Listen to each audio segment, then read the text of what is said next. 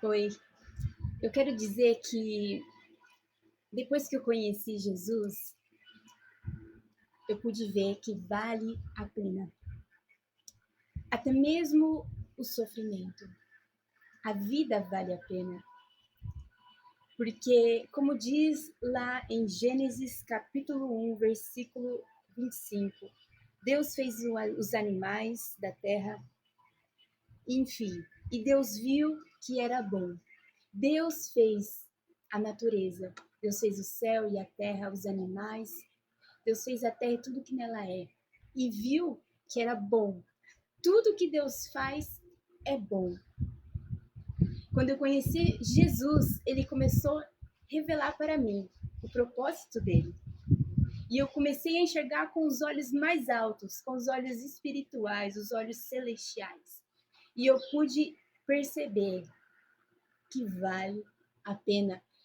Em tudo Deus tem um propósito. A vida vale a pena, porque em tudo Deus tem um propósito. Tudo que Deus faz é bom. E quando nós olhamos para a natureza, nós vemos que é bom. Deus deixou a sua marca registrada como Criador.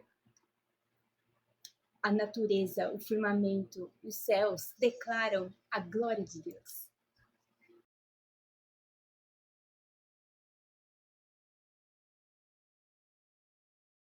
Mas eu quero ler lá em Eclesiastes capítulo 1, versículo 8 e também o versículo 18.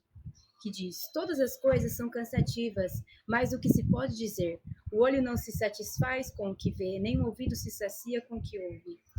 Porque muita sabedoria traz muita frustração, de modo que aquele que aumenta seu conhecimento aumenta a sua dor. Foi Salomão que escreveu esse livro de Eclesiastes e Salomão, ele recebeu o dom da sabedoria do próprio Deus. Porém, Salomão se perdeu de Deus. Ele se perdeu em idolatria e por isso que a sua sabedoria perdeu a graça. Porque a graça da sabedoria está na palavra, naquele que é a palavra, naquele que é a fonte da sabedoria, Jesus.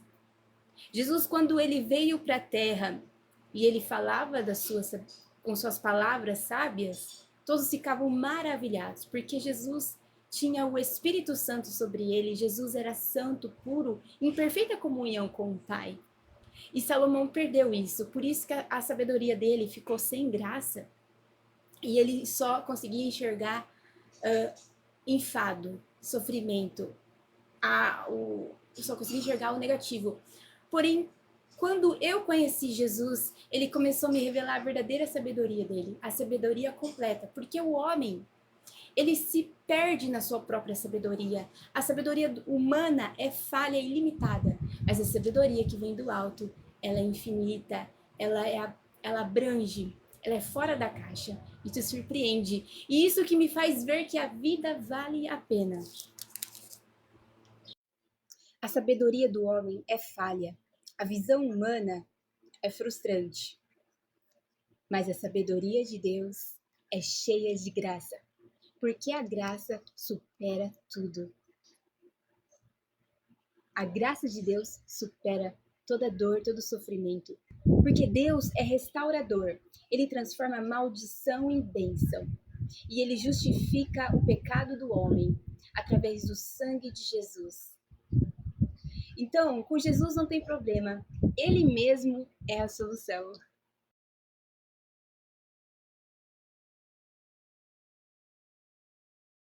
Também quero ler lá em Lucas, capítulo 12, versículo 54, que diz: então ele disse também às multidões: quando vocês veem uma nuvem surgindo no ocidente, dizem imediatamente: vem uma tempestade. E assim acontece. E quando vocês veem soprar um vento sul, dizem: haverá uma onda de calor. E assim ocorre. Hipócritas, vocês sabem examinar a aparência da terra e do céu, mas como é que não sabem examinar esse tempo específico? Porque não julgam também por si mesmo o que é justo? Jesus está falando. Jesus está falando que nós somos bons. Nós somos nós somos inteligentes de saber quando vai chover, quando não vai chover. Nós somos bons em enxergar as coisas naturais. Mas Jesus está falando, julguem com justiça, não só a aparência da terra e do céu, mas examine também o tempo específico, porque Jesus, o Deus perfeito, tudo que ele fez é bom, tudo que ele faz é bom, ele tem um propósito. Acontece que o mal entrou porque ele deu o livre-arbítrio, porque ele é bom e justo. Assim como ele age na sua soberania, ele também dá espaço para que o homem e até os anjos possam ter as suas escolhas. E isso é que dá a ocasião para surgir o pecado, o mal, a desobediência. Porém, Deus é justo e nós podemos seguir as recomendações dele e evitarmos o mal. Contudo, assim como Deus,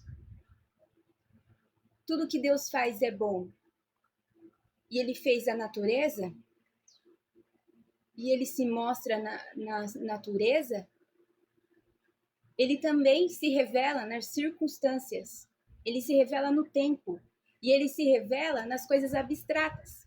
Assim como Deus se revela nas coisas que se vê, ele também se revela nas coisas que não se vê. Nós somos bons em enxergar o que se vê, mas Jesus está falando, enxergue, examine nas que não se vê, nas coisas abstratas. O homem se incomoda com a aparência. Quando eu falo homem, eu estou falando de homem e mulher, estou falando da humanidade, estou falando das pessoas.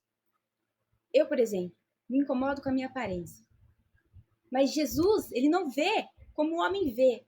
Deus, ele não julga a aparência, Deus julga o coração. Se nós nos incomodamos com uma aparência que está,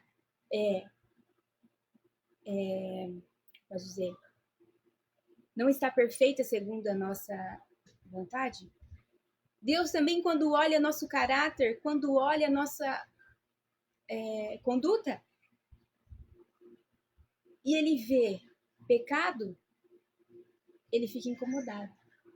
A beleza que Deus enxerga é a santidade e a justiça. Então é isso que Jesus está falando. Venhamos enxergar com os olhos da fé e não com a inteligência fraca do homem. Vamos enxergar não com a sabedoria limitada humana, mas vamos enxergar pela fé, porque vê além do que se pode ver. Ela vai além, porque é o sobrenatural, é o espiritual, é o abstrato. Devemos enxergar pela fé, porque assim nós enxergaremos vidas. Vamos enxergar pela fé, porque só assim nós vamos entender o sentido da nossa vida, o propósito da nossa vida e entender que vale a pena. Se achegue mais perto de Jesus, o conheça plenamente, a intimidade no Espírito, porque você vai entender que toda a luta que você passa, todo o sofrimento vale a pena, porque ele faz tudo isso ser nada. A sabedoria dele supera tudo isso. A graça dele é super abundante e pesa mais sobre todas as dores e pecados. Deus abençoe você.